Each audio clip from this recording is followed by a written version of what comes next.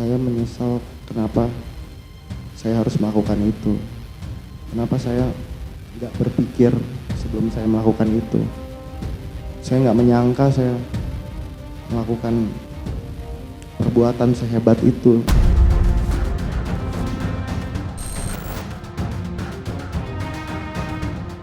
Pernyataan menyesal disampaikan Mario Dandi, terdakwa kasus penganiayaan keji terhadap David Ozora dalam persidangan yang digelar di Pengadilan Negeri Jakarta Selatan pada Selasa, 1 Agustus 2023 lalu.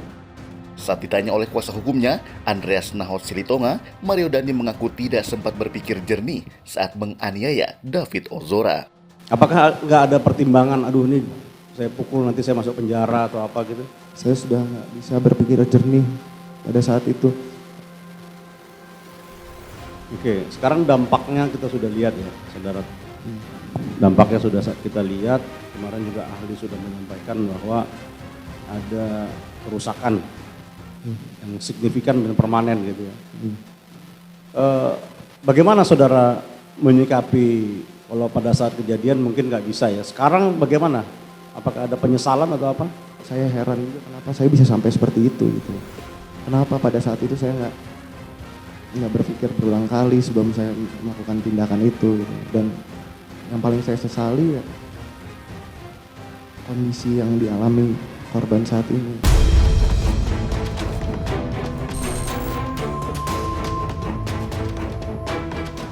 Meski mengaku menyesal, sebagai terdakwa, sikap Mario Dandi dalam memberikan keterangan seringkali dianggap tidak sopan saat memberikan keterangan.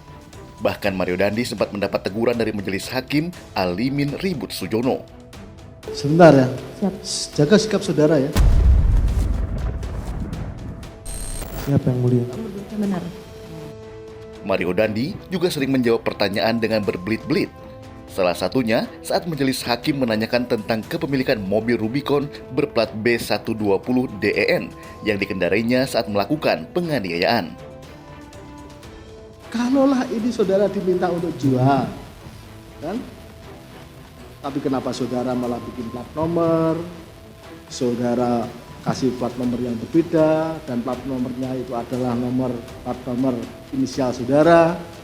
Ya, saya disuruhnya dijual, tapi saya malah yang merasa ini mobil punya saya sepenuhnya gitu yang mulia. Salahnya saya kayak gitu. Saudara, ini mobil saudara. Jujur, orang tua diberikan kepada saudara atau mobil siapa? Orang tua saudara atau Mobil Pak D saya. atas nama siapa? Atas nama orang yang dulu pernah beli mobil itu kan bekas pakai yang mulia mobilnya. Terserah saudara ya.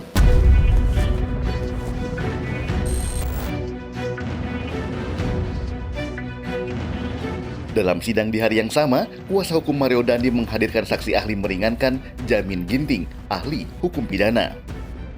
Saat bersaksi dalam persidangan, Jamin Ginting menyinggung soal restitusi yang diajukan oleh keluarga David Ozora sebesar 120 miliar rupiah. Menurutnya, besaran restitusi haruslah masuk akal dan jangan dijadikan unsur pemerasan. Dalam konteks restitusi yang dimasukkan itu kan menyangkut tentang ganti rugi ya. Ganti rugi yang dialami oleh korban. Tentu pembuktiannya tentu pembuktian formil karena harus ada dokumen-dokumen pendukung terkait dengan kerugian tersebut ya.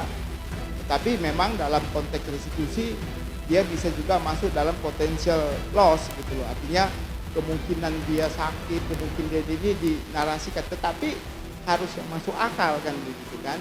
Jadi jangan orang malah nanti restitusi itu jadi ajang pemerasan terhadap pelaku tindak pidana.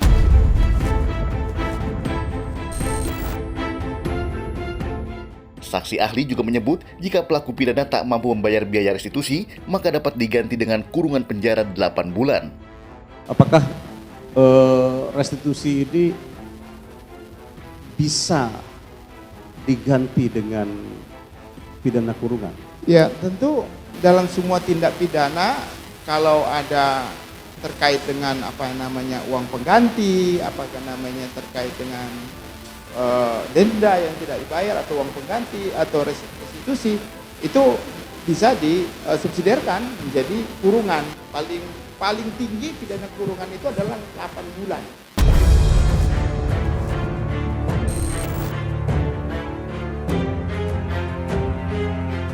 Rafael Alun Trisambodo, ayah Mario Dandi, menolak membayar biaya restitusi yang diajukan oleh keluarga David Ozora sebesar 120 miliar rupiah. Pernyataan Rafael Alun tersebut disampaikan melalui surat yang dibacakan oleh kuasa hukum Mario Dandi pada sidang 25 Juli 2023. Menurut Rafael, anaknya telah dewasa, sehingga Mario lah yang harus membayar restitusi. Selain itu, Rafael Alun juga mengaku kalau seluruh rekeningnya telah diblokir KPK. Benar sikap kami pada awal kejadian perkara ini benar-benar membantu kandungan biaya pengobatan korban, sehingga kami memberanikan diri untuk menawarkan bantuan biaya pengobatan korban. Namun untuk saat ini kami mohon untuk dipahami kondisi keuangan teraktual keluarga kami yaitu sudah tidak ada kesanggupan serta tidak memungkinkan untuk memberikan bantuan dari segi finansial. Aset-aset kami sekeluarga dan rekening sudah diblokir oleh Komisi Pemberantasan Korupsi dalam rangka penetapan saya sebagai tersangka sejumlah tindak pidana gratifikasi.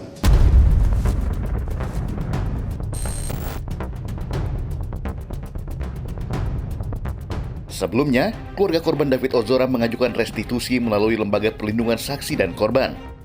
LPSK menetapkan besaran restitusi 120 miliar rupiah atas kerugian yang diterima korban David Ozora.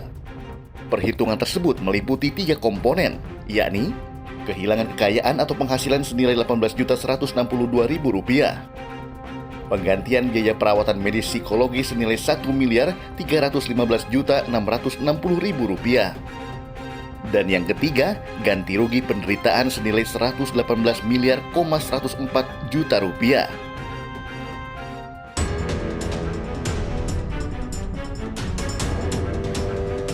Menurut Jonathan Latumahina, ayah David Ozora, jika Mario Dandi menolak membayar biaya restitusi, maka harus diganti dengan tambahan kurungan penjara. Kalau kita sih ikut aturan hukum aja ya, restitusi itu kan salah satu dari penegakan hukum. Kalau kita keluarga mah simpel aja. Kalau dia nggak mau bayar, ya diganti kurungan aja. Kenapa nilainya banyak? Biar makin lama dia dikurung. Kalau harapan dari keluarga kan gitu aja. Sesederhana itu. Urusan mau dibayar apa kagak itu nanti di pengadilan aja. Tapi harapan kami adalah ketika nilai tersebut menurut dia terlalu berat atau nggak masuk akal ya, ganti aja pakai kurungan.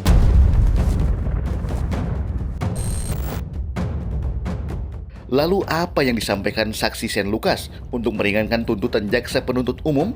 Apakah dapat mempengaruhi keputusan hakim nantinya? Selengkapnya di iNews File sesaat lagi.